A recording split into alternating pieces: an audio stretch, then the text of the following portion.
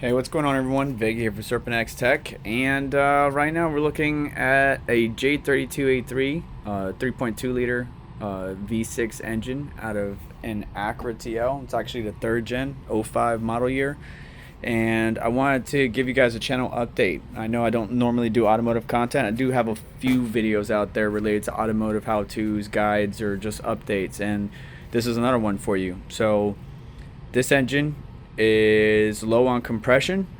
I basically only have 2 cylinders out of 6 running well. 215, 225, 25, or excuse me, 215, 225, 110, 5, 25, 25, and I think it's the heads. If you don't keep up with valve adjustments on these things, it could come back to bite you. And when I got this from the previous owner, he said he did a valve adjustment, but I wanted to be proactive and take care of it anyways. I did it, and it seemed that either something wasn't in time or the valve adjustment that they did didn't actually happen, and I just got screwed in the long run. I mean, it ran well for years. It's just now it's coming back to bite me, and there's a lot of body stuff that I needed to do. You can see some of the paint, scratched up. Clear coat's basically gone in some areas. A lot of work I need to do to this car. Friends wrote on it up there, as you can see, if you can read the words, because this car's been sitting for a few years and I'm tired of it sitting. So I've been accumulating parts over the past few years. I got an ECU somewhere over there from a '08 Type S, and after accumulating so many parts, not only inside the car but over here on the side of the car, it's time to get this thing back up and running. My only options were either to buy a BMW.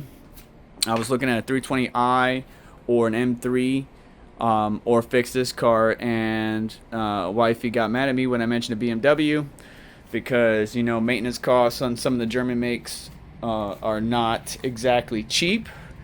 And they all have their issues, just like any car. The Acura TL has its issues as well.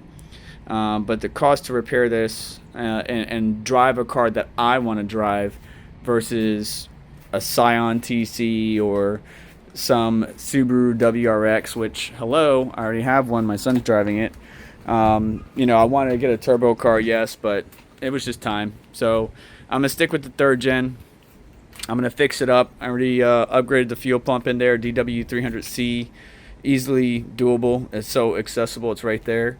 You can see the carpet and everything's been removed. The suspension's been upgraded. You can't see it from this side, but full tan suspension, Flex Z streets, Skunk 2, SPC racing arms, K&N intake, just some basic bolt-ons, K-tuned shift bushings and all that good stuff. So anything that I could do myself, I've done myself.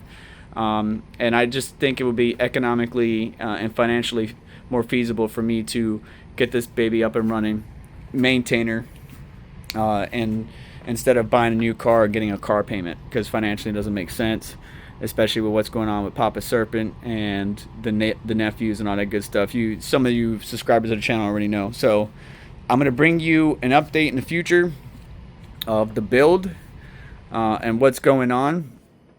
I already had a spare set of heads, refreshing those.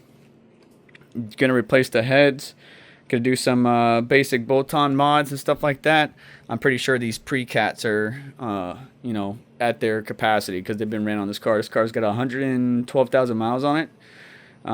So yeah, I'm definitely going to do some basic mods, but also get the heads refreshed, get them squared away, so that way we can get this third gen TL back up and running, and then I'll worry about body and stuff like that. I already did the rims in gold. Those are stock rims. Do need to upgrade the wheels at some point in time, but right now main focus is the engine. So let me know, you guys into these third gen TLs or the J series? I know the J series aren't as popular as the K series, K24, K20, whatever it might be, but I really like the J series. And more importantly, why would I stay with this car when I can buy, say for example, for under 15 grand, a nice BMW, or name your other car? And I looked at them, and it's because I could buy a Civic for under 6 grand, beef up the K series, maybe turbo it, stock block, whatever. But it's not luxurious. This car is the last of a dying breed, in my opinion, when it comes to four-door sedans luxury. Look, see, you see what these guys did to me? They came over here to talk mad crap. It antagonized me and caused me to actually want to get this up and running. But you can see that on the windshield. I'm not going to say it out loud. But yeah, this is, you know, all the four-door sedans are heavy now. They may be powerful or have decent amount of power, 300 plus horse. They might be all-wheel drive instead of front-wheel drive. But you're losing a lot of drivability, and the feel of driving and being engaged with this car is just so much better, especially since it's the 6-speed and not an automatic, which is a rare thing for this particular car, because most TLs, and especially Type S TLs, came as an automatic. So need to, you know, buff out the headlights, do some cosmetic stuff, but first motor running, and then I'll bring you guys some updates as I get the heads and everything put on and installed. Probably gonna get my buddy to help me out if possible and financially feasible. But you can see this thing's been sitting here for a while because of how dusty it is. Got some bit main boxes in there from my ASICs. Gonna need to move that out as I get ready to take this baby up to my boy's shop and get some work done to install some of the mods that I want to install. Not a carbon fiber roof, that's fake. It's a wrap, but whatever, it's my car, not yours. So deal with it. Anyways, that's the update on the automotive side of things.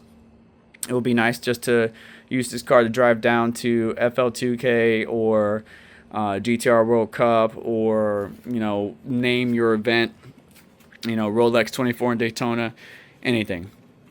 Usually when I go to mining convention trips down in Miami, I'll use a rental instead of using my car, so I probably will still do that, even if this car was up and running. But I need to get this bad boy going because my son's getting ready to go to college using the Subaru, so I'm not going to have a car.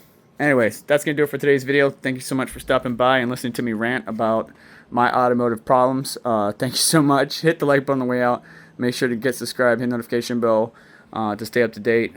This is just a channel update, but primarily I focus on cryptocurrency or tech-related hardware reviews, breakdowns, teardowns, so on and so forth. If you're interested into that stuff, but like automotive, like we do, make sure to hit subscribe, and I'll catch y'all later on. Take care. Oh yeah, anti-gravity battery. Shout out to those guys. I was one of the first ones to use their anti-gravity battery before they got very popular with all the automotive enthusiasts. But yeah, still runs, just not good. You need to get it right.